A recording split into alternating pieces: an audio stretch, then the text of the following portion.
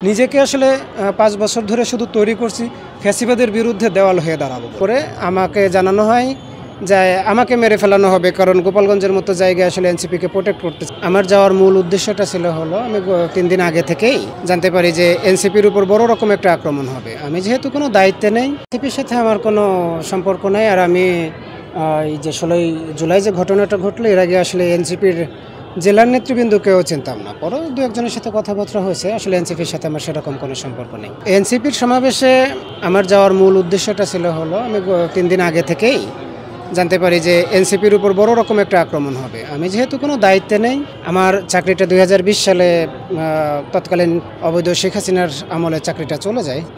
আমি আসলে চেষ্টা করতেছিলাম যে ওনাদের উপর যে আক্রমণটা হবে এটা এনসিপির জেলা কমিটির মাধ্যমে যদি পুলিশকে জানানো যায়। তো এনসিপির জেলা কমিটির দু একজনের সাথে আমার কথা হয়, তারা বললো যে না, RICL TMX যুগের পর যুগ স্থাপনা থাকে মজবুত।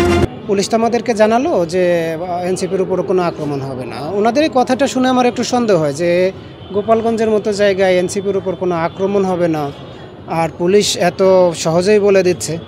আমি চাকরির সুবাদে গোপালগঞ্জে ১০-১২ বছর ছিলাম। আমার কিছু সোর্স কাজে লাগালাম, তাদেরকে জিজ্ঞাসা করলাম, তাদের থেকে তথ্য নিলাম যে আসলে এনসিপির উপর কী ঘটতে যাচ্ছে। তা ওনারা যে তথ্যগুলো দিল তাতে মনে হলো যে না, এনসিপির উপর আসলে অনেক বড় রকম একটা হামলা হবে। তো কেন্দ্রীয় নেতৃবৃন্দও নাকি জেলা কমিটির কাছে জানতে চাইছে, পুলিশের কাছে জানতে চাইছে, তারা পুলিশের ক্লিয়ারেন্স নিয়ে আসলে গোপালগঞ্জে গেছে। কিন্তু আমি যখন ওই দিন সকালে এনসিপির ওখানে যাই, তখন পুলিশের ইনঅ্যাক্টিভিটি দেখে আমার আসলে সন্দেহ হচ্ছিল যে পুলিশ আসলে এখানে অ্যাক্টিভ না, আসলে পুলিশ সুযোগ করে দিতে চায় এনসিপির উপর আক্রমণের জন্য। এর জন্য সবাই দায়ী সেটা বলি নাই।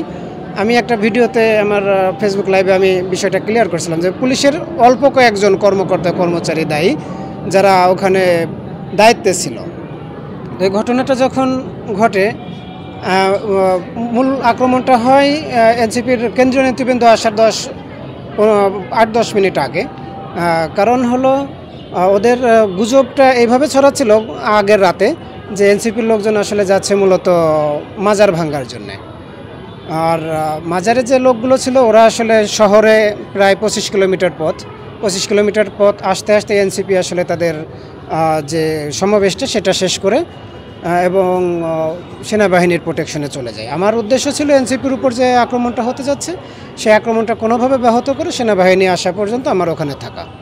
সেনাবাহিনী যখন চলে আসে আমি আসলে ওই ঘটনাস্থল ত্যাগ করি, এবং ত্যাগ করে আমাকে জানানো হয় যে আমাকে মেরে ফেলানো হবে, কারণ গোপালগঞ্জের মতো জায়গায় আসলে এনসিপিকে প্রোটেক্ট করতেছি। আমাকে মার্ক করে ফেলানো হয়। আমি আসলে নিজের জীবনটাকে একটু সেফে রাখার জন্য আমি আসলে গোপালগঞ্জ ছেড়ে দিই। আসলে আমি শামীম হাসান, আমি সাবেক পুলিশ কর্মচারী, এসআই ছিলাম। আর আমার পাশে যিনি বসেছিলেন রিপন ভাই, উনি হচ্ছেন গোপালগঞ্জ মফস্বল সাংবাদিক ইউনিয়নের সভাপতি। তো আমাদেরকে ওই রয়ের এজেন্ট বানিয়ে দেওয়া, শুটার বানিয়ে দেওয়া, আসলে গুজব লীগের গুজব আমরা গত একটা বছর দেখতে দেখতে এখন অভ্যস্ত হয়ে গেছি। আর এদের এখন গুজব হচ্ছে কি আমাদের জন্য আশীর্বাদ হয়ে যাচ্ছে। যেমন একটা গুজব ছিল যে আসলে এনসিপির নেতারা আসতেছে মাজার ভাঙার জন্য, ২-৪ লাখ লোক সাথে করে নিয়ে আসতেছে।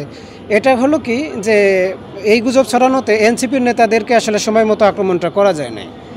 আর আমার বিরুদ্ধে যে গুজবটা ছড়ানো হলো, এতে একটা সুবিধা হলো কি যে আপনারা যারা প্রথম সারির গণমাধ্যম আছেন তাদের মাধ্যমে জানা যাচ্ছে যে না, আমি আসলেই বাংলাদেশি, আমি আসলেই আওয়ামী লীগের আমলের মজলুম।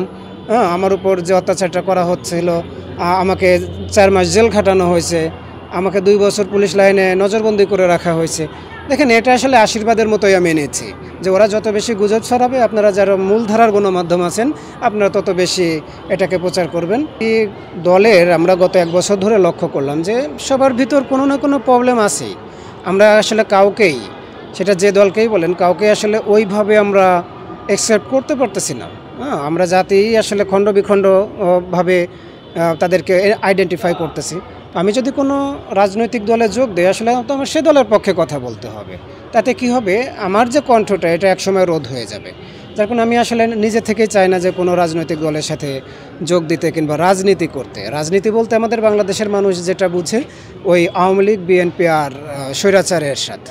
এর বাইরে যদি গতানুগতিক ধারার বাইরে যদি কেউ রাজনীতি করে, দেশের মানুষের জন্য রাজনীতি করে, দেখেন এক একজনকে এক এক কথা বললেই রেগে যায়। যদি আমি এখন চাঁদাবাজের কথা বলি একটা দল রেগে যাবে, কিছু মানুষ রেগে যাবে। আমি যদি এখন রাজাকার বলি একটা দল রেগে যাবে। এখন আবার যদি আমি বলি যে না এরা এরকম, এরা তো আসলে কিছু বুঝে না, এরা ছোট মানুষ, আর একটা দল আমার উপর ক্ষেপে যাবে। আমরা আসলে চাচ্ছি যে গতানুগতিক ধারার বাইরে এসে মানুষের জন্য যদি কেউ রাজনীতি করে, আসলে রাজনীতি করাটা দোষের কিছু না। যদি এরকম হয় যে মানুষের জন্য রাজনীতি করতেছে কোনো স্বার্থ ছাড়া, কোনো শর্ত ছাড়া, সেক্ষেত্রে আসলে রাজনীতিতে আমার মনে হয় যে দেখে শুনে পা বাড়ানো উচিত। দেখেন, আমি আসলে মূলত ফ্যাসিবাদ বিরোধী হয়ে উঠি 2020 সালের আগে থেকে, যখন আবরার ফাহাদ ভাই ছাত্রলীগের হাতে শহীদ হন তখন থেকেই। আর সবথেকে বেশি কাজ করে যখন আমাকে জেলে ঢোকানো হয়, অবৈধ মামলায় জেলে ঢোকানো হয়, তখন থেকে আমি আসলে ফ্যাসিবাদের বিরুদ্ধে নিজেকে গড়ে তুলি। দেখেন, আমি যদি বলি যে আমি একা 10 জনের শক্তি রাখি, এটা কেউ বিশ্বাস করবে না। আমি যখন আপনাকে শো করব, যখন আমি আপনাকে দেখাবো, তখন যারা আমাকে ওই ইয়াবাখোর বলে, নেশাখোর বলে, তাদের মাথায় একটা কাজ করবে যে না আসলে ইনি 10 জনকে আটকাতে পারেন। এইভাবে নিজেকে আসলে 5 বছর ধরে শুধু তৈরি করছি ফ্যাসিবাদের বিরুদ্ধে দেওয়াল হয়ে দাঁড়াবো বলে। দেখেন, আমি আপনাকে একটা বিষয় নিশ্চিত করি যে আসলে আমাদের জীবন মরণটা একমাত্র আসমান থেকে লেখা হয়। আমি এই যে একা একা, আমি সবসময় একা একাই চলি, আসছি একা, চলতেছি একা, একাই চলে যাব। আমার আসলে মানুষের প্রোটেকশনের কোনো দরকার নাই। আমার মানুষের প্রোটেকশন আমার কখনো প্রয়োজনও মনে হয় না যে আমার মানুষের প্রোটেকশনে যাওয়া দরকার আছে। যখন আমাকে হত্যার হুমকি দিচ্ছিল, তখন আমাকে যারা ভালোবাসে, যারা আমাকে ভালো জানে, তারা বলতেছিল ভাই আপনি পুলিশকে বলেন, আপনি সেনাবাহিনীকে বলেন, আপনি কোনো রাজনৈতিক দলের আশ্রয়ে চলে যান। ভাই আসলে এরা আমাকে প্রোটেকশন দিবে না।